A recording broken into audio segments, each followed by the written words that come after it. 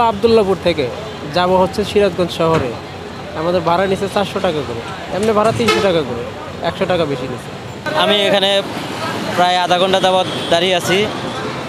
গাড়ি পাওয়া যায় কিন্তু গাড়িতে লোক ভর্তি, ভাড়া বেশি নিচ্ছে। প্রশাসনে ওই রকম কোনোই নাই, প্রশাসন তাদের মতো তারা আছে, তাদের ওই ভাড়া কেমন কী নিচ্ছে ওটার প্রতি তাদের কোনো নাই, ইন্টারেস্ট নাই। পরিবহন চালকদের সুবিধা নেবেই, ঈদের সময় এখন পুলিশের কোনোই নাই, তারা তাদের মতো এই সুবিধা নিচ্ছে।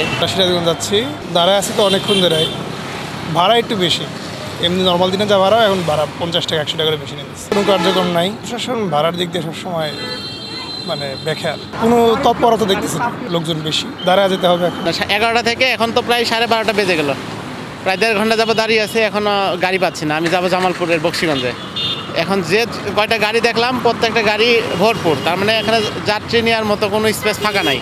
তো সেই জন্য হয়তো আমি এখনও কোনো সিট পাচ্ছি না। আর যেহেতু ভাঙ্গা অবস্থায় আছি, সিট না পাওয়ারই কথা। আর এখন তো ঈদের চাপ, ঈদের চাপে হয়তো বা গাড়ি সংকট একটুটা দেখা দিবে স্বাভাবিক। তো তারই ধারাবাহিকতা হয়তো বা আমারও একটু ভোগান্তি হচ্ছে। উৎসবের খুশি হবে নগদে বেশি, কারণ ঘন্টায় ঘন্টায় আছে গিফট জেতার সুযোগ। এটা একটা ভোগান্তি, কিন্তু এখানে দেখলাম কিছুক্ষণ আগে সেনাবাহিনীর টহল ছিল, তারা অবশ্য এই ভোগান্তি নিরসনে কাজ করলো। ঢাকা টাঙ্গাইল এবং এটা হচ্ছে উত্তরবঙ্গের একটা গুরুত্বপূর্ণ রাস্তা। সারা উত্তরবঙ্গের গাড়িগুলো এদিকে যায়। আমরা এখানে বিশেষ করে এলাঙ্গা মোড়ে ভালোভাবে যাতে যাত্রী সাধারণ ঈদ করতে পারে তার জন্য আমরা সার্বক্ষণিক কাজ করছি শিফটে। ইনশাল্লাহ এখন পর্যন্ত কোনো সমস্যা হয়নি। আজকে 27 তারিখ, তো আজকে বিকেল থেকে আশা করা যায় আরও গাড়ির চাপ বাড়বে। ইনশাল্লাহ আমরা এলাঙ্গা মোড়টা নির্বিঘ্নে আমরা পার করে দিচ্ছি, যাতে ঘরমুখে মানুষ ঈদমুখে ভালোভাবে ঈদ করতে পারে।